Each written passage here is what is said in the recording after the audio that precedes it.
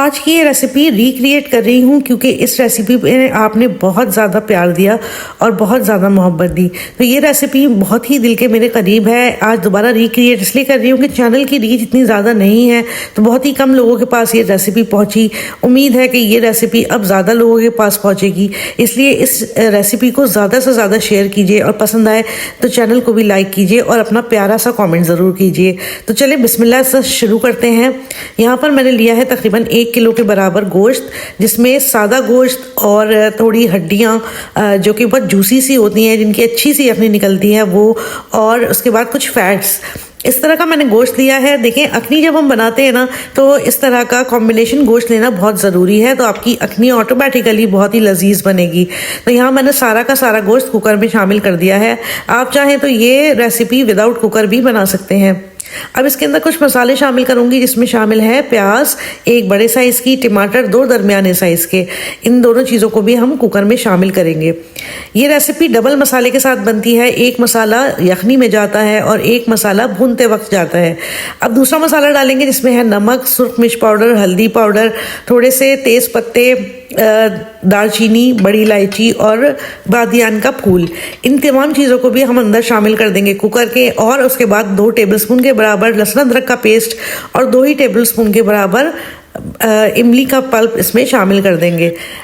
इतना पानी डालेंगे कि आपका गोश्त अच्छा सा गल जाए और आपके पास तकरीबन 1.5 से 2 कप के बराबर यखनी भी बच जाए। थोड़ा सा इसको शेक कर लेते हैं और उसके बाद हम इसको फ्लेम के ऊपर रख देंगे और उसके बाद हम इसको तकरीबन 20 मिनट तक के लिए गला लेंगे। और उसके बाद यहाँ देख सकते हैं आप, मैंने फ्लेम के ऊपर कुकर को रख दिया है। 20 मिनट के बाद कुछ इस तरह की आपके यखनी की या गोश्त की शक्ल होगी। और उसके बाद मैं क्या करूँगी कि इसका गोश्त बिल्कुल अलग कर लूँगी और मसालों के समेत ही, जैसे कि टमाटर वगैरह आप इसमें देख रहे होंगे, गरम मसाले भी इसमें शामिल हैं। तो हमने इसको छानना नहीं है, गोश्त को हमने सिर्फ निकाल लेना है और यखनी को भी अलग कर लेना है। इन दोनों चीज़ों को अलग अलग करके हम साइड में रखेंगे। मेरी कोशिश होगी कि मैं बारीक से बारीक और छोटी से छोटी स्टेप को भी मिस ना करूं, क्योंकि पिछली रेसिपीज़ में आप लोगों ने जो सवाल किए थे वो सारे इसमें कवर हो जाएं। तो जनाब, अब मैंने यहाँ पर एक पॉट लिया है, इसके अंदर मैंने 1/2 कप के बराबर ऑयल शामिल किया है और इसके अंदर मैंने 1 बड़े साइज़ की प्याज को बारीक चॉप करके शामिल किया है। 1/2 कप ऑयल हमने शामिल किया है, लेकिन हमें तकरीबन 1 कप ऑयल इसमें चाहिए। मैंने 1/2 कप इसलिए लिया है कि मैंने काफ़ी चिकना गोश्त लिया है।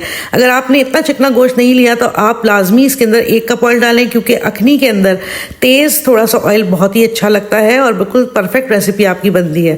प्याज को मैंने थोड़ा सा टैप टैप किया है ताकि इसके लच्छे अलग अलग हो जाएं, इससे प्याज हमारी बहुत ही अच्छी सी फ्राई होगी।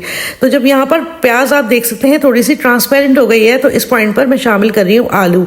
आलूओं की कटिंग भी आप चेक कर लीजिए। ये एक आलू को मैंने 2-2 पीसेस में किया है। अखनी के अंदर थोड़े बड़े आलू बहुत ही अच्छे लगते हैं और यही तरीका होता है अखनी के अंदर आलू शामिल करने का, कि आप बड़े बड़े आलू को पीस इसमें शामिल करें।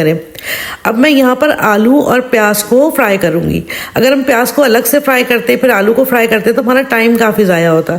अब इस स्टेप से ये होगा कि ये दोनों चीज़ें बहुत ही अच्छी सी एक साथ ही फ्राई हो जाएंगी। प्याज में बड़ा खूबसूरत गोल्डन सा कलर आ चुका है, तो अब मैं क्या करूँगी, इसमें शामिल कर दूँगी लहसुन अदरक का पेस्ट। यहाँ पर हमने 2 टेबलस्पून शामिल किया है। देखें, यखनी के अंदर भी हमने शामिल किया था, तो ये डबल मसाला इसीलिए कि जो मसाले हमने यखनी में यूज़ किए थे वही मसाले हमने भूनते वक्त भी शामिल करने हैं। अब मैं इसको थोड़ा सा भून लूँगी लहसुन अदरक के साथ, और 1 आध चमचा चलाने के बाद हम इसके अंदर मज़ीद मसाले भी ऐड करेंगे, जो कि मैं आपको आहिस्ता आहिस्ता दिखाती जाऊँगी। इस वक्त मैं यहाँ पर शामिल कर रही हूँ धनिया पाउडर तकरीबन 1.5 टेबलस्पून के बराबर, सुर्ख मिर्च पाउडर 1.5 टेबलस्पून, नमक 1 टेबलस्पून और हल्दी 1 टीस्पून के बराबर। अब हम अपने मसाले को भूनना स्टार्ट करेंगे और इस हद तक भूनेंगे कि हमारा तेल थोड़ा सा सेपरेट होना शुरू हो जाए। यहाँ पर तेल मेरा अच्छा सा सेपरेट हो गया था, तकरीबन 2 मिनट मैंने इसको भुना होगा। अब मैं यहाँ पर पेस्ट शामिल कर रही हूँ, 2 अदद नॉर्मल साइज़ के टमाटर और 4 टेबलस्पून इमली का पल्प। इन दोनों को मैंने साथ मिलाकर पीस लिया था और ये हम इसमें शामिल कर देंगे। यकीन मानिए इतना मज़े का आपका जायका बनेगा ना इस पेस्ट से कि आपको मज़ा आ जाएगा। तो यहाँ पर इसको बहुत ही अच्छा सा भूनेंगे, तेल सेपरेट होने लगेगा जैसे कि आप वीडियो में देख रहे हैं। तो इसके बाद हम इसके अंदर शामिल कर देंगे अपना गोश्त जो हमने अलग करके रख दिया था। अब इस गोश्त को भी हमने इसके अंदर शामिल कर दिया है और इस गोश्त को भी हम मसाले के अंदर अच्छा सा लपेट देंगे। यहाँ पे ये बात काबिल गौर है, आपको याद रखने वाली है कि गोश्त हमारा गला हुआ है, फुल डन है, तकरीबन 95% हमारा गोश्त गल चुका है, तो इसलिए हमने इसको बहुत हल्के हल्के हैंडल करना है। फ़ौरन ही मैं इसके अंदर शामिल कर दूंगी तकरीबन 3 टेबलस्पून के बराबर दही फिटा हुआ, और इसको भी हम अच्छा सा इसके अंदर मिक्स कर देंगे। उसके बाद मैं इसको ढक के रख दूंगी, ज़्यादा चमचा नहीं चलाएंगे क्योंकि जैसा कि मैंने आपको बताया कि गोश्त गला हुआ है, टूट सकता है। तो इसको मैंने तकरीबन 3 से 4 मिनट ढक कर पका लिया है, जिससे इसका ऑयल निकल गया है, यानी सेपरेट हो गया है।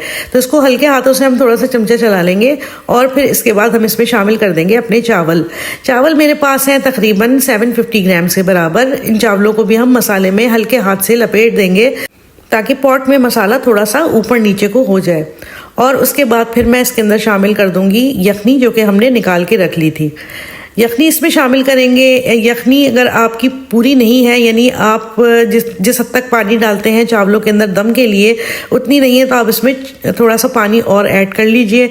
यहाँ पर जो मैंने यखनी शामिल की है वो भी कम थी, तो मैंने भी इसके अंदर थोड़ा सा पानी ऐड कर दिया था, इतना कि जिसमें हमारे चावल अच्छे से दम पर आ जाए। अब यहाँ मैं एक और बात आपको बताऊंगी कि इस अखनी के अंदर थोड़ा सा ऑयल तेज़ होना चाहिए, एक तो मैंने आपको पहले ही बताया, और उसके बाद इसके चावल बिल्कुल खड़े खड़े बिरयानी स्टाइल के नहीं होने चाहिए, थोड़े से नरम और जूसी होने चाहिए। यहाँ पर मैंने इसके अंदर ज़ीरा डाला था 1 टीस्पून के बराबर, और जब पानी खुश्क होने लगा है तो मैंने इसमें 1 टेबल स्पून के बराबर गरम मसाला पाउडर और धनिया, पुदीना और हरी मिर्चें डाल दी हैं। आप देख रहे होंगे पानी थोड़ा थोड़ा सा अभी बाकी है। तो जनाब यही तरीका है थोड़े से जूसी चावल बनाने का। चावलों में पानी आप उतना ही डालें जितना रिक्वायर्ड है, लेकिन बस उसको पूरा खुश नहीं करें, थोड़ा सा रहने दीजिए और इसको दम पर छोड़ दीजिए तकरीबन 12 से 15 मिनट। तो आपकी बिल्कुल जूसी और बिल्कुल नरम चावलों वाली अखनी बिल्कुल रेडी होगी। यहाँ आप देख सकते हैं 12 मिनट के बाद हमारी अखनी बिल्कुल रेडी है। किस कदर लजीज इसकी शक्ल आई है आप देख सकते हैं। चावल इंतहाई जूसी लग रहे होंगे और चावल ख़राब नहीं हुए, लेकिन हल्के से नरम हैं जैसे कि इसकी रिक्वायरमेंट है। निहायत मज़े की ये रेसिपी है और बहुत ही आसान तरीके से ये बन जाती है। डबल मसाला अखनी पुलाव इसको कहते हैं, और मेमन फैकल्टी के अंदर लोग इसको बिरयानी से ज़्यादा शौक से खाते हैं, और दावतों में या शादियों में इसको बिरयानी या पुलाव के लेवल पर पसंद किया जाता है। तो जनाब ये थी मेरी छोटी सी काविश, उम्मीद है आपको बेहद पसंद आई होगी। मेरे चैनल की रीच कम है और चैनल इतना इस्टेब्लिश नहीं है, तो आप लोगों से गुजारिश है कि अगर आपको ये रेसिपी वाकई पसंद आई है और अगर आप मेरी रेसिपीज़ देखते हैं और आपको पसंद आती हैं, तो चैनल को ज़रूर शेयर कीजिए ताकि इसकी रीच बढ़े और बहुत से ऐसे लोग जो इस तरह की रेसिपीज़ चाहते हैं देखें, तो उन तक मेरी ये रेसिपीज़ पहुंच सके। तो उम्मीद है आप मेरी इस रिक्वेस्ट को ज़रूर पूरा करेंगे। तो इसी बात पर चैनल को और इस वीडियो को लाइक कर दीजिए, अच्छा सा कमेंट कर दीजिए, चैनल को सब्सक्राइब कर दीजिए और अपने दोस्तों और रिश्तेदारों में इसको शेयर भी कर दीजिए। चलती हूँ, दोबारा हाजिर होंगी बहुत ही मज़ेदार सी नई रेसिपी के साथ, जो कि इकनॉमिकल भी होगी और आसान भी होगी। अल्लाह हाफिज़।